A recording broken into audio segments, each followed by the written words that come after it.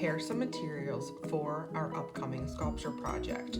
So for this project, you are going to need that piece of flat cardboard that I put into your bag, or other cardboard that you have saved, because you might want to use additional cardboard than what I've given you. And you're going to need those 3 long white straws that are in your bag, as well as scissors, watercolor paints and your brush, and you might even want some pastels. So to start with, we're actually going to split this piece of cardboard that I gave you into a smaller section, maybe about like a 4-inch square. So you can pick it up and use your scissors to just begin to cut part of it off. One side of this cardboard is going to be the base of your sculpture, and then the other side you can use for additional building materials. So to build with, you don't really know what this is going to turn into yet, and that's okay. I'm just going to cut a couple random size rectangles or squares out of this. The easiest way to cut your cardboard is to follow the line that's already in it for the corrugation. So you're going to open your scissors, and you want to make sure that you're putting the blade and the cardboard piece as far into the mouth of your scissors as possible, and then you squeeze. When you need to go, don't try to pinch as hard as you can with your scissors and holding them in 2 hands like this, because it's not going to do any damage. The tip of the blade doesn't actually do much. It's all down here in the open section. So open it up again, and then you kind of have to wiggle your scissors in between, or come from another angle and have the 2 lines meet.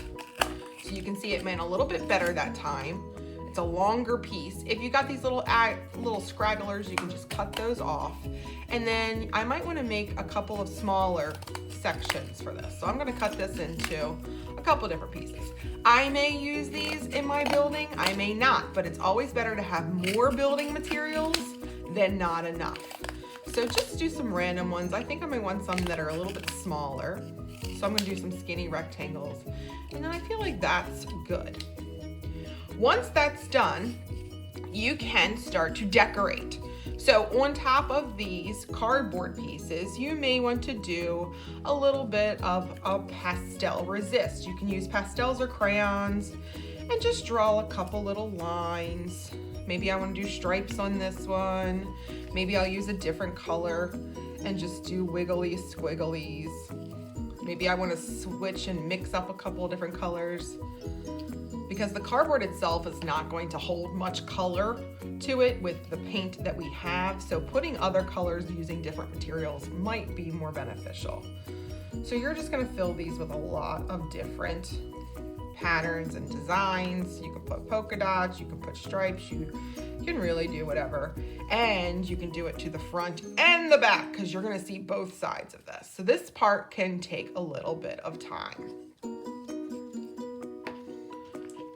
The more pieces you have, obviously, the more time it's going to take you. And I wouldn't spend more than a few seconds on each piece. So once you've done your pastels, it's time to add your paint. So for that, you're going to use your watercolors, and you want to think of a color that you can paint over top of this.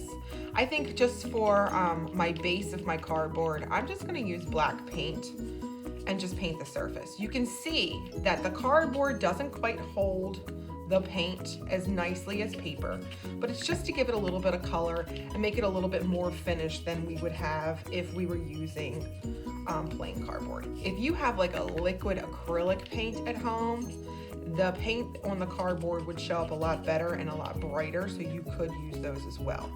But using just the watercolors I sent home with you guys is fine. So you're just going to be painting your pieces, putting a nice wash of color so that it looks a little less like unfinished cardboard. And on the edges, pick it up and try to get the paint on the sides of the base as well. So remember, that's the largest part, and eventually it's going to be what we glue everything from our pieces onto.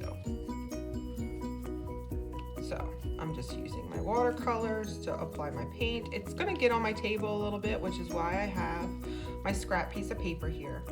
And for those pieces that I've already done a pattern on with the pastels, I can just pick a different color and then just do a wash over them. And you can see that that color gets resisted with this pastel, and you can still kind of see the little bit of the design I have for those. You also want to paint your straws. So you can keep them in one piece for now, but just take your colors, and no matter what color you want to use, apply the paint to the straw and then just occasionally turn it over so that you're getting all edges. You can again use whatever colors you want. We just want to try to prep our materials so that they are completely painted and we can use them next class period to start building a cool sculpture with. So you can see I am just spinning and turning. I'm doing kind of a gradation where the straw is changing colors. You can make this all one color. You can switch the colors up. You can go back over it, whatever you need to do. But today is the prep day. So you can see as I spin that straw around, he is painted on all sides. And I'm going to start painting the other side. I think for this one, I'm going to make it go back to the blue just because it's what it is. The rest of the time is just time for you to start painting these pieces and then putting them somewhere where they can dry. So you're going to be building with them next time, so you have everything prepped and painted today. So let's see how I finish all of my pieces. I'll speed this up a bit.